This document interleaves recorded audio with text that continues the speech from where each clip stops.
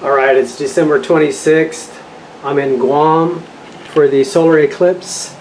It's an annular eclipse, so it's going to leave the ring around the outside. But anyway, here's my setup.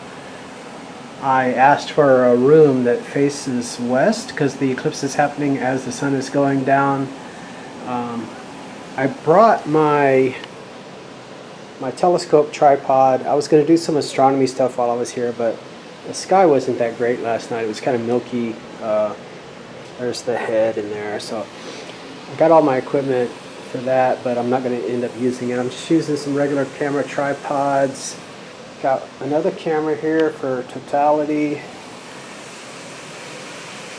I've got the camera on the right, just taking a sequence. Right now I've got it set for once every 90 minutes. The cameras are really hot out there in the sun, so that's why I've got that t-shirt on there. So this is the 400 millimeter, and I've got the Beta filter on there. And so this is a pretty nice setup in Guam, but if you think this is a great setup, you should see these guys over here.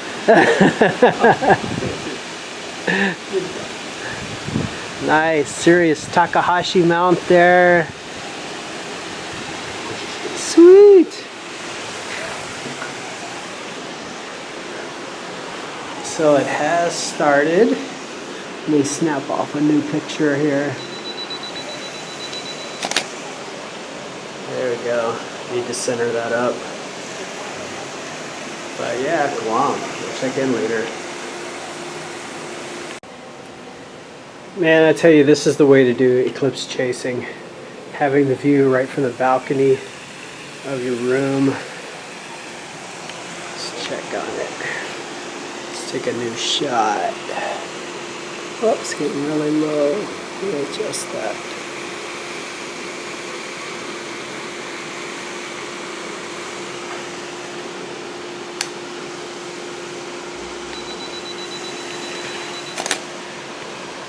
There we go. Put a towel on this one. It's getting pretty hot out here. So there's the sun up there. Yeah. Got some, had room service earlier, and here's my dessert. Blueberry cheesecake. Look at all the little fruits they put on the side. That's nice. Free stuff from the fridge. It's actually free. Haha. Nice. Yeah, man, this is the way to go. Here's my eclipse shirts. This is from my first eclipse that I saw in Oregon. August of 2017. And then here's my one from Chile. Up in La Serena. You should see the back. This one was up the road a little bit in Vicuña. So there's La Serena, and I was just north of La Serena, right in there. So yeah, this is the way to go, man. This is nice. This is the Sheraton Laguna in Guam. So the eclipse is still going on in Guam. I went snorkeling earlier over here by the Hilton. So I was able to pull the chip out of my phone and put the chip from the GoPro in my camera so I could upload some of the pictures to Instagram and Facebook.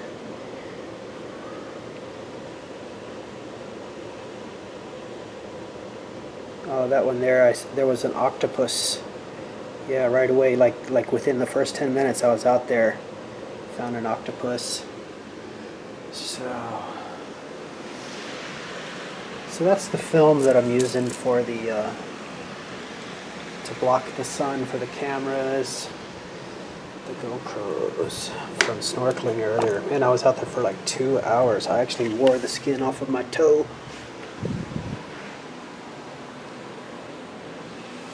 Let's check on it.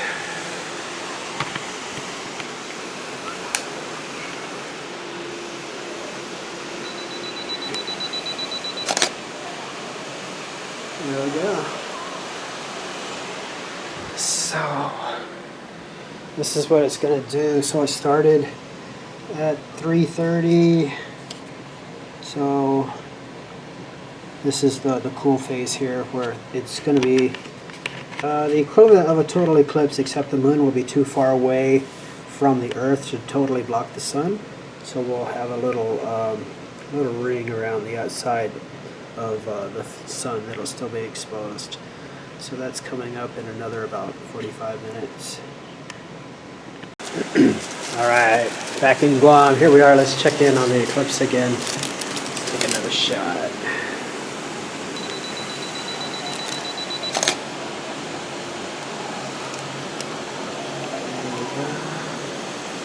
By the way, what I'm using here, this film, I just put it across the end of the camera lens and just secured it on with a hair tie, an elastic hair tie. When I went to Chile for the eclipse there, I was more serious, and I actually made some tubing with a piece of like cardboard, less than cardboard though, that there were squares, and I cut a hole out of the center, and then put this between two sheets of construction paper is what it was, and then tape those onto the end of like a mailing tube, and then those I could slip on and off of the lens, so that when it reached totality and I wanted to be able to get the corona, I could then take that tube off, and I could take the pictures directly with the camera lens for that time that it was totally blanked out by the moon blocking the sun, and then I could get those outer rays of the corona, and then once that was over I could slip it back on. And I'm not so serious this time, because this one is not a total eclipse. It's an annular, so the moon's not going to cover the sun all the way, but this is going to be my first annular eclipse. So I wanted to get a picture of one. I saw one that a friend of mine posted, and it had that orange circle on the outside. Here's some fresh.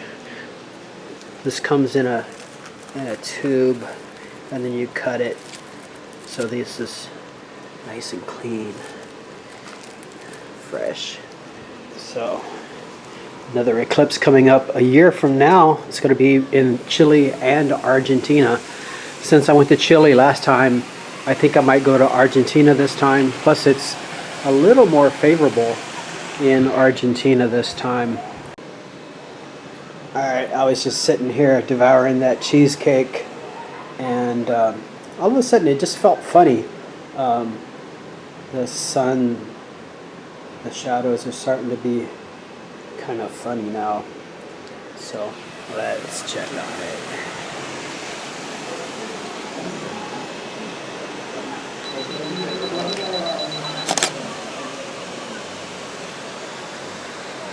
So the moon is about halfway across the sun now.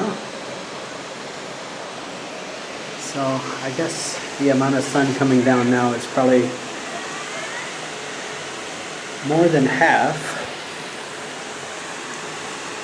but less than a quarter maybe. And I don't know, it's weird. I can feel that the sunlight is different. It's not like a cloud is covering the sun. It's really different. We'll check back a little bit.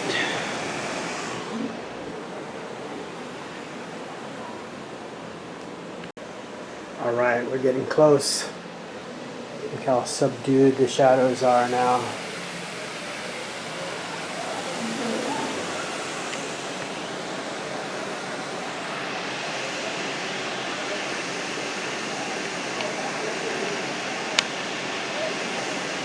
Come on, focus.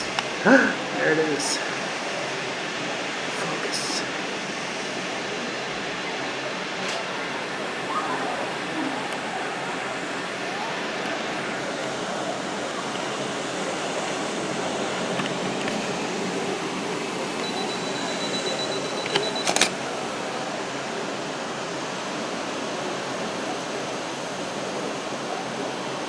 Alright, it's freak out time. Alright, so the maximum of the eclipse is over, but here's an image that I got. This is crazy because it's like a perfect circle.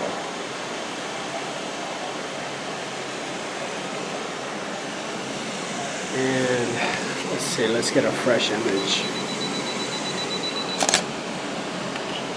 So this is where we are now. Yep, it's pretty amazing at the exact moment that the moon covered the sun, and you could see the sun on all sides of the moon. Everybody here, all those people down by the pool, everybody let out a holler. It's kind of a tribal thing. It's you know, everybody experiencing the same thing at the same time, and knowing that, you know, this is something that only happens, well, I guess about every 6 months if you're willing to travel the world. Of course, this is an annular, which isn't a total eclipse, which is, you know, even way more awesome than this.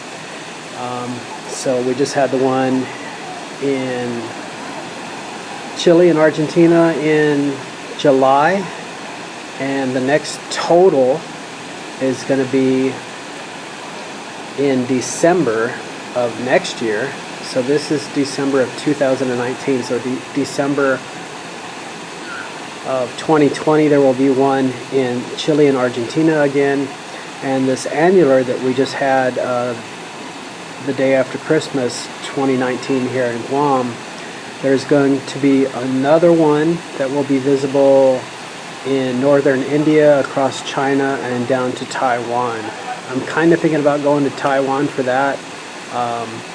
This was my first annular. It was kind of crazy to spend all this money to get all the way over here just to see an annular, but it was my first one, and so I've seen it now, so I'll have to weigh as far as the expense of going to see another annular if I were to go to the one in Taiwan. Otherwise, the total eclipse of 2020 December, I plan on going to Argentina for that one.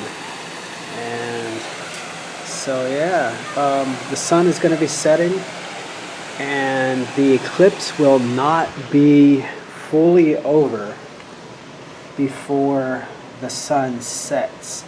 So maybe I'll be able to get some pictures of the sun setting.